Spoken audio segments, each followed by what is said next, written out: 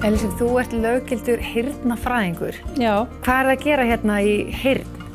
Hérna tökum við á móti þeir sem vilja fá að vita hvernig heyrnin er. Fólk hérna kemur til okkar, venjulega ef einhver hefur bent þeim á að þau séu hvað á mikið, jafnvel að hækka mikið í sjónvarpinu og misskilja það sem aðrir eru að segja. Já, þannig að fólk kannski bara að koma að því einhver annar er að benda þeim á þetta. Ég sé alltaf ég sem er valheyrn, ég heyri bara sem ég vil heyra, eins og margar mömmur kannski. Það segja það margir nefnilega af því að þeir viti ekki á hverju þeir eru að missa. Einmitt. Þannig ef þú heyrir ekki eitthvað, þá er rosalega erfitt fyrir þig að vita að þú sért að missa því. Þannig að maður segir kannski svolítið oftar en maður langar og svona fólk er að pirra bara. Já, einhver er búin að vera að tala við þig og þú svarar ekki. Já. Þá erum að gera láta athuga heyrnina. Já, og hvernig gerir maður það? Það er bara að byrja að panta tíma, hringja hérna til okkar eða senda okkur skilaboð á netinu.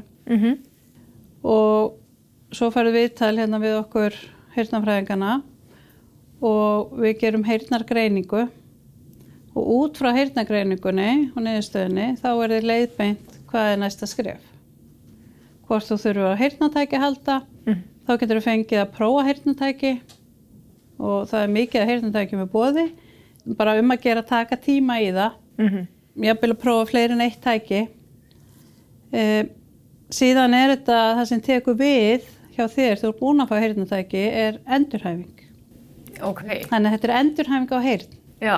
Þannig að þetta er ekki bara að þú kaupir tæki og farir og við sjáumst aldrei meir. Nei, heldur þú munt koma hingað bara reglulega á meðan á þessu endurhæfingarferli er í gangi og það þarf að finna út hvað henta þér og þínu lífsstíl.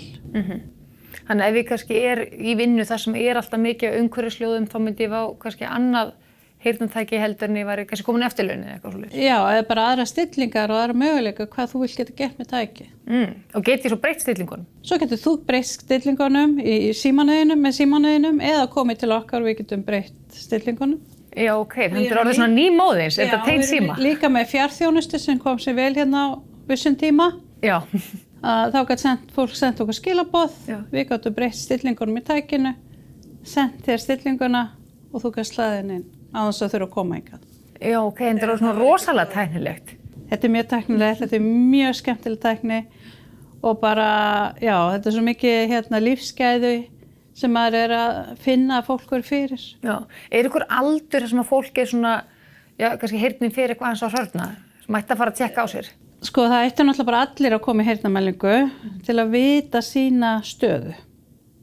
Af því að síðan, þegar eitthvað gerist, þá höfum við viðmið, sjáum hvað er í gangi. Náttúrulega, ef þú verður fyrir einhverjum svakalegum hávaða, gengur út með suð í eyrunum, þá áttu að koma heyrnarmælingu, þá er mjög líklegt að heyrnin hafi orðið fyrir skaða. Getur hún skaddast bara við einhverja kannski eina ótrúlega hávara tónleika eða? Já. Eða bara á gamlárskvöld. Já. Eða þú stendur á nálægt flugvöldunum. Og þarna maka sem hrýtur, getur það verið bara með skemmdir í eyrunum? Í raun og veru, já. Af því að það er þannig að við erum mismunandi, höfum mismunandi þol fyrir hávaða. Þannig að það sem gildir fyrir mig kannski ekki sama gildir fyrir þig. Bara eins og með ef við erum mismunandi þolin fyrir sól. Já. Þannig það er ekki hægt að segja bara þú mátt vera svona lengi út í svona sterkri sól. Það gildir ekki saman fyrir alla. Það er sama með heyrnina, við erum mismunandi. En það er gott að koma kannski bara þegar heyrnin er fín, bara til þess að hafa þá líka viðmiðið upp á seinna meiri ef eitthvað kemur. Algjörlega, bara þú ert 18 og koma til okkar, við tökum á móti öllum þeim sem er 18 ára eldri. Já. Vita bara stöðuna og hvað byrja að varast og sérstaklega náttúrulega ef þetta er eitthvað sem er í ættinni, af því að heyrnarskerðing erfist. Er eitthvað svona punktur sem að maður getur, eitthvað sem getur fundið fyrir, eitthvað svona teiknið, eitthvað sem að leita eftir upp á að vera komið heyrnarskerðingu? Já, ef þú átt erfitt með að vera í margmenni, ef þú ferð í veislu og bara átt erfitt að eiga við samskipti við fólk, þá skal það endilega aðtöku hvað sé í gangi. Ef maður þá er svona þreyttur eða eitthvað svona í lokin? Já. Af því að það hefur líka komið í ljós að heyrnarskerðing velduði ofta fólk sem treysti sér ekki. Það fer ekki í afmæli það fyrir að draga sér í hlið. Þetta mjög alvarleg félagsleg einangrun sem getur sem heyrnarskerðing veldur. Einmitt, já, þannig að þú verður bara að forðast mannamót og ert þá kannski bara meira að draga þig í hlið og ert heima því þú ert ekki að ná að vera í umhverfinu. Já, fólk hættir í félagslífi, það hættir að taka þátt í lífinu. Af því það svo erfitt að vera heyrnarskertur. Ég líki svo oft saman við þegar maður staddur einhvers staðar erlendis, þó ég sé með stúdentspróf í dönsku, þá ég bara ekki það góð í dönsku að ég get átt einhvers konar samræður. Og hvað þá ég verið stödd í einhverju landi sem ég skil ekki neitt, ef ég fer til Ítalíu, og þá held ég að þetta sé svona svo upplega sig að vera heyrnarskertur. Þú skilur ekki það sem fólk að segja við þig. Þú heyrir það, en það hjálpar ekki þó að Daninn tali hærra, ég skil það ekki betur. Þess vegna þarftu heyrnartæki sem hjálpar þér að fá inn það tíðnisum sem vantur upp á þína heyrn. Já, ok, þannig að það getur verið svo rosalega mismunandi á milli einstaklinga og ég þeir eru með margs konar tæki. Já, það er mismunandi hvað við ætlum að gera. Ertu með hátíðniskerðingu, ertu með bassaskerðingu, ertu með svona kúrfu þar sem að miðjan er farin úr talhljóðunum. Ok. Þannig við þurfum að finna þetta út og aðlaga heyrnartækin að þessu. Já, þannig þetta er heyrnarmæli sem tekur hvað langan tíma, ferlið? Við bókum í klukkutíma og það fyrir náttúrulega eftir hvað kemur út á mælingunni, hvað við finnum út. Stundum þarf að mæla meira. Já. Og síðan er náttúrulega smá prósess að finna rétta tækið. Þannig að fyrsti tíminn er klukkutími, oft 1,5 tími. Og ef maður þá að labba út með heyrnartæki? Þá labbar út með heyrnartæki. Nema að þurfi að sérsmíða heyrnartæki, þá er tekið skann af eyranu og þá tekur það 2-3 vikur að fá tækið sent frá Danmörku. Já, er það gert í ykkur sérstökum tilfellum? Já. Íþróttafólk óskar eftir svona tækjum sem þið getur verið með annars þessi hætta og heyri of mikið í vindinum eða út að hlaupa eða tækið detti af þér. Þessi tæki eru sérstaklega vassvarin, þannig að þú getur verið með þau þó þú svitnir.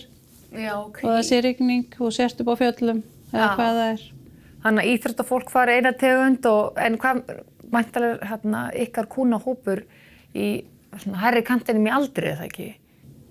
Jú, það má segja þegar við erum komin upp í aldurshópinn 60, að þá séum rauninni 40% af þeim sem eru 60 þyrftu á heyrnartækjum að halda.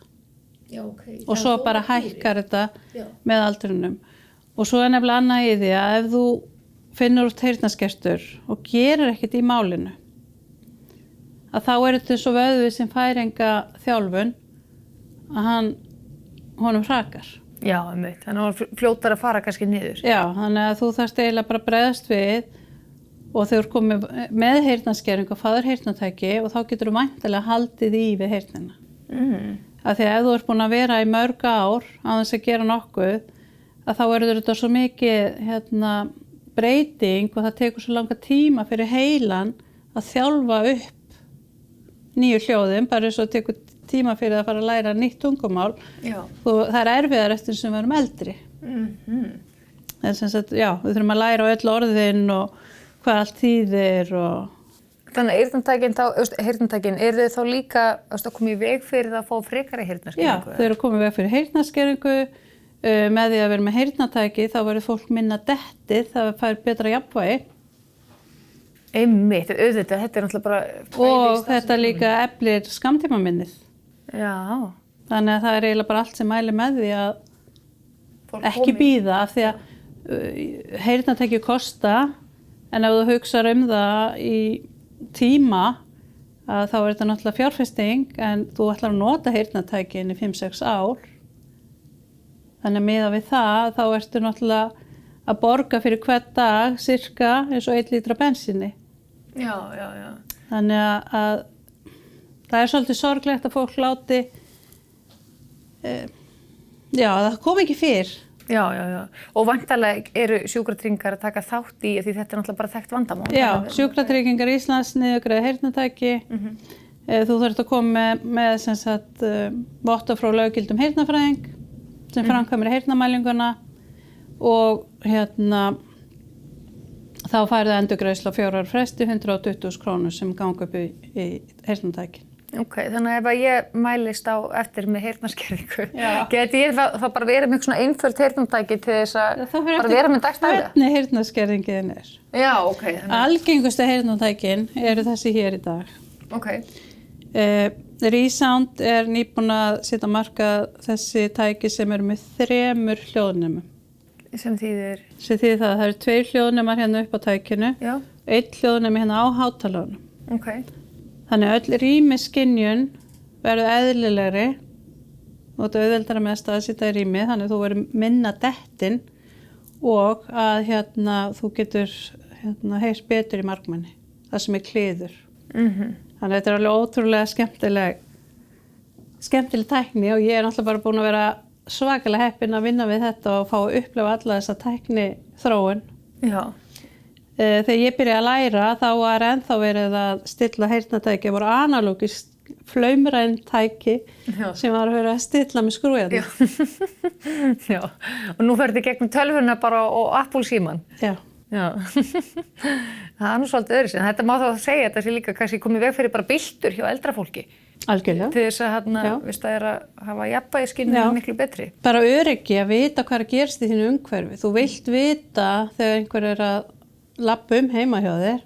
Þú vilt vita þegar fyrir vatn að renna, þannig að öryggisatriði er náttúrulega gífurlegt.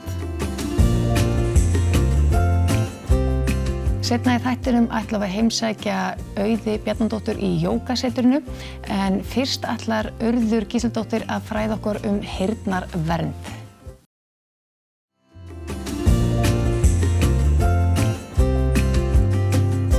Urður, við pælum aðeins í heyrnarverndinni til þess að koma í veg fyrir skemmdir.